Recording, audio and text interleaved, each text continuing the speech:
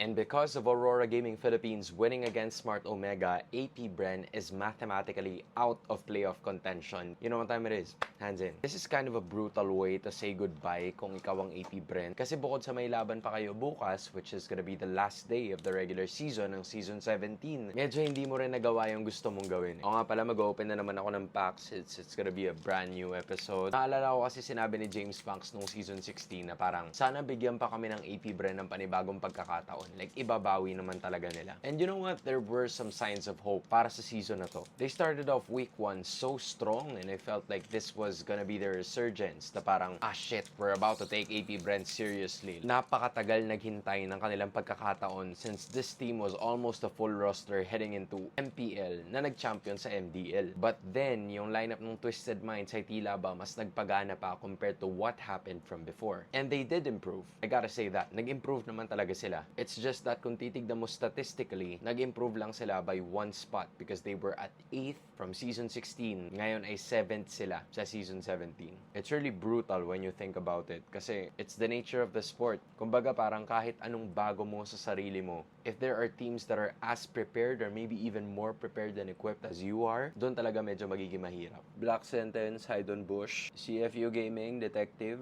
CFU Gaming, si Wado, medyo makulay yung card. So yan, ang tropa nating si Pancake, binuon na nila ang RLG. Sayang lang, kasi feeling ko gana talaga sila eh. Sadyang hindi lang din talaga umayon sa kanila ang panahon. Now I think for James Banks, he's probably gonna have some offers overseas. I wonder if he's gonna be taking that. Kasi nakuha na si Andorio, nakuha na si Kyrie, nakuha na si Canoneo. Napakaraming mga junglers na galing dito sa Pilipinas na nagkaroon ng opportunity overseas. Para mag-improve, para pumera. Or maybe even both. I wonder what James's decision is gonna be like. Or bubuo ba ulit ang EP Bren ng panibagong roster that will surround James Banks with some really good pieces for them to improve even more.